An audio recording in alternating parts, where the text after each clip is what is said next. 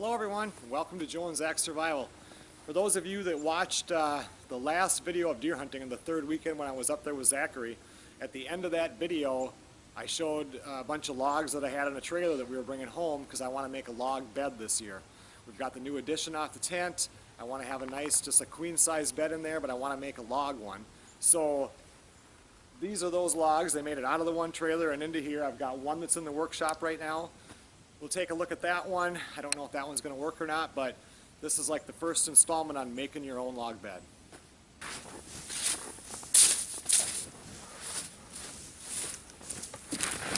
When I brought these home, I mean, when you're making a log bed, you can use your imagination. So I just grabbed several logs that we had cut down. I kind of explained that in the other video because I really don't know where I'm going to go with it. I've got some ideas now. I've been looking at different pictures and ideas. I'm going to kind of run you guys through that, and we'll just see how it all falls together. It's not like I'm following a blueprint.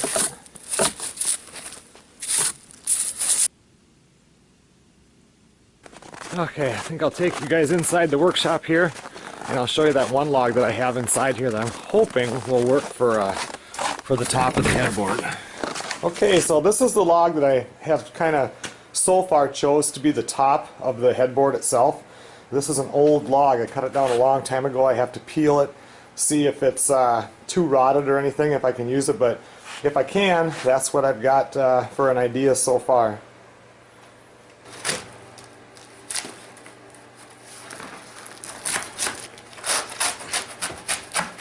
Well, I'm going to keep on peeling that, get down to the bare wood. It might work for me. It might be exactly what I'm looking for, or it just might not fit what I want, and I'll have to find another one.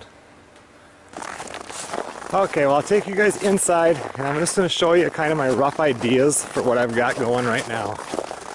Okay, so as far as making the bed, I have a queen size bed here at home, so I just need to measure basically these dimensions to get the box spring in, and I kind of like the height of that headboard right there, and so I'm kind of using this as a template.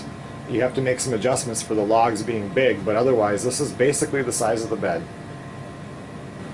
The only thing I want different is with this bed, it's pretty much even with the mattress. I would like the log to be a little higher, or I might arch this log here, so that I'm still kind of debating and trying to figure out. Okay, so when my projects start, this is how simple they are. They're just a little sketch on a notebook.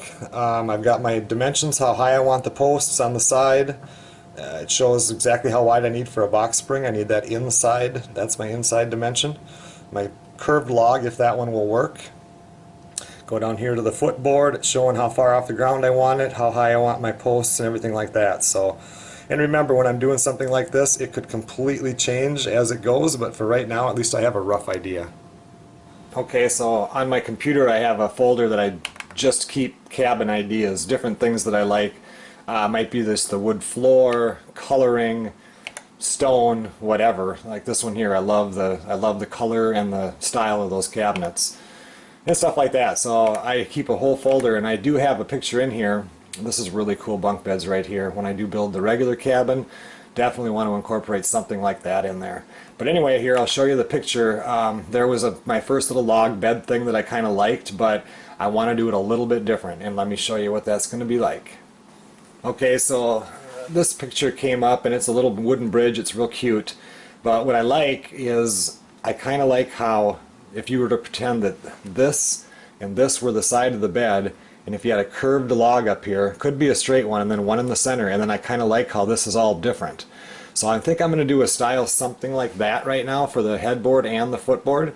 Like I said, that could change, but for right now I'm really liking that idea, and that's kind of what I'm kind of going for. Okay guys, well, now you can kind of see where the idea started.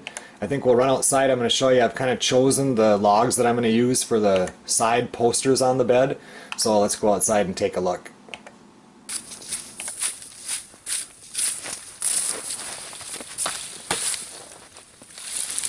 Okay, so I'm hoping I can use these for the, what do you call it, like the poster parts of the bed, the four. This is wild black cherry. I cut this probably 2 years ago, so it's not hasn't been peeled, but it has been drying. and I want a kind of a massive look, and I'm thinking those are probably at least 12 inches across. So I'm going to cut one of these up and kind of get a feel for how it looks and see if we want to use it.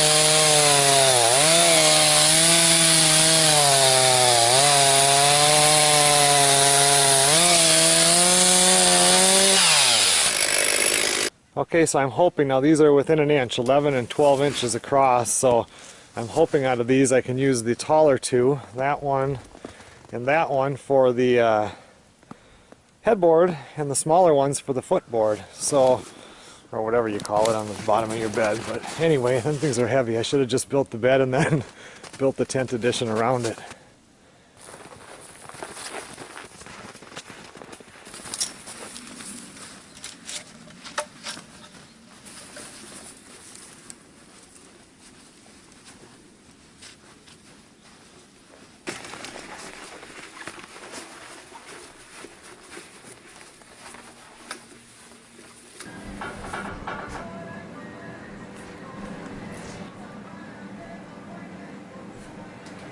Okay, well now I've had these logs in here for, I don't know, 4 or 5 hours now. They're still ice cubes, but they're starting to thaw. The snow is getting off here. So now I'm just going to go ahead and take a peeler and peel some of this bark off. Like I said, these were cut a couple of years ago, so we're not talking green tree. Stuff comes off pretty easy. When I get down into here, it's still frozen and they're pretty good. I'll let them sit a little bit, well, probably a couple of days, get them thawed out good. Well, it's got a long ways to go till it looks like a bed, but it's a long ways to go till you can even get into the tent to bring this in, so there's plenty of time. Thanks a lot for watching the first episode on how to make a log bed.